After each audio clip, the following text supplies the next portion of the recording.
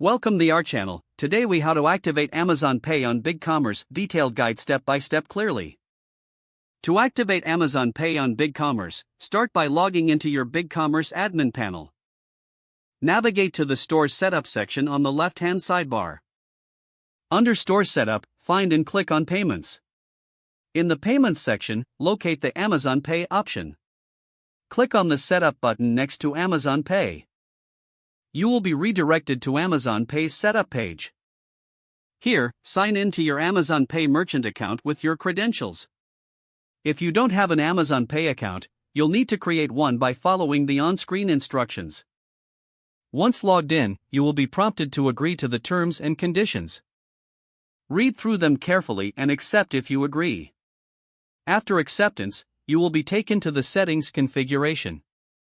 Fill in the required fields with your business information. Ensure that all the details are accurate to avoid any issues later. Next, set up the payment methods you wish to offer through Amazon Pay. Select the preferred currency that you would like to transact in. Configure additional settings such as shipping options and tax settings according to your business model. Once you have completed the setup, click on the Save button to save your changes. Return to the BigCommerce admin panel.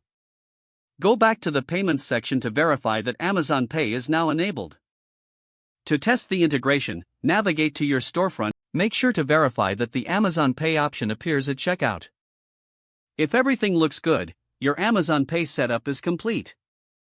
Your customers can now enjoy the convenience of using Amazon Pay on your BigCommerce store. If the page does not load, refresh the browser or try again in a private or incognito window. Make sure you are using the correct email address, then retype it carefully to avoid small typos. If your password is not accepted, use the reset option and create a new strong password you can remember. Check your spam folder for verification or security emails, then complete any requested confirmation steps. Enable two-factor authentication if available to improve account security and reduce unauthorized access risk.